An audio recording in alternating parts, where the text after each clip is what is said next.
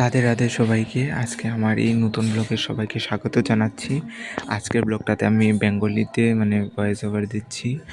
তো আজকে হলো কি শুভ দিন একটা, বাবা লোকনাথের তিরোভাব তিথি। তো আমাদের ঘরে সবাই দেখেছি না ভিডিওতে যে বাবা লোকনাথ আছেন। তো এই দেখেন আজকে ওনার অভিষেকের জোগাড় করে নিয়েছি। তো আজকে টুকটাক পুজোর আয়োজন করা হয়েছে। আমাদের এখানে তো দেখছেনই ফ্লাডের অবস্থা, তাই জন্য আর বেশি কিছু আয়োজন করা হয়নি। তো তারপরে দেখেন আমি স্নানের মঞ্চ বানিয়ে নিচ্ছি আর পঞ্চামৃত রেডি করে নিচ্ছি, বেলপত্র বেছে নিয়েছি বাবার জন্য। সকালে গিয়ে আমি ফ্রেশ বেলপত্র বাবার জন্য এনেছিলাম, কেন বেলপত্র ছাড়া তো বাবার পুজো অসম্পূর্ণ। তো বাবাকে দেখুন মুখ হাত ধুইয়ে জল দিয়ে স্নান করিয়ে তারপরে বাবাকে পঞ্চামৃত যে বানিয়েছিলাম সেটা দিয়ে বাবাকে অভিষেক করব। অভিষেক করার পরে বাবাকে ড্রেসেস পরিয়ে তারপরে মা পাঁচালি পড়বে। তারপরে একটু সিদ্ধন্নর বাবার জন্য ব্যবস্থা করা হয়েছে, কেন কি সিদ্ধন্ন বাবার একটা খুব প্রিয় বাবার ভোগ, বাবা খুব পছন্দ করতেন সিদ্ধন্নটা পেতে। তারপরে দেখেন আমি ঘরটা পেতে নিয়েছি, কেন কি ঘর ছাড়া তো পুজো শুরু হবে না। অভিষেক করে বাবাকে এই ড্রেসটা পরিয়ে তারপরে বাবার চরণে ফুল বেলপাতা দিচ্ছি, কেন কি ফুল বেলপাতা তো বাবার চরণে দিতেই হবে আজকের এই শুভ দিনে।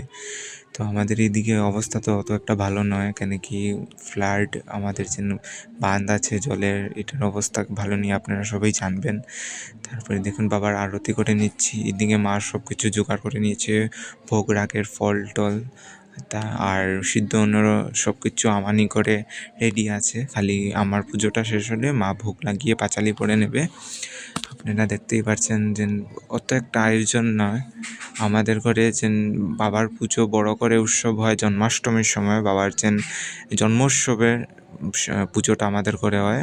যে বাবার তিরোভাব তিথিতে আমাদের পুজোটা হয় না, এটা আমরা ঘরে দিই, মা সম্পূর্ণ করে নেয়। মা আর আমি মিলেই যতটুকু পারি বাবা যতটুকু করিয়ে এনে ততটুকুই আমরা করে চেষ্টা করি করার জন্য।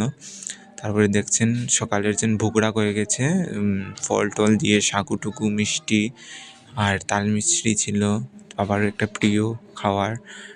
দেখেন তাল মিছরি কিশমিশ আছে, তারপরে মিষ্টি টিষ্টি দিয়ে সকালের ভোগ হয়েছে। আর মা তো পাঁচালি পড়ে নিয়েছেন, দেখে পাঁচালি রাখা আছে এখানে। ফল ভোগ রাখার পরে বাবার এই সিদ্ধন্য ভোগ হয়েছে। তো আশা করি আপনাদেরকে ভালো লেগেছে এই ব্লগটা। ভালো লেগে থাকলে সাবস্ক্রাইব করবেন আর লাইক করে দেবেন আর শেয়ারও করবেন। আমার পাশে থাকবেন আর ব্লগগুলো দেখবেন। রাধে রাধে।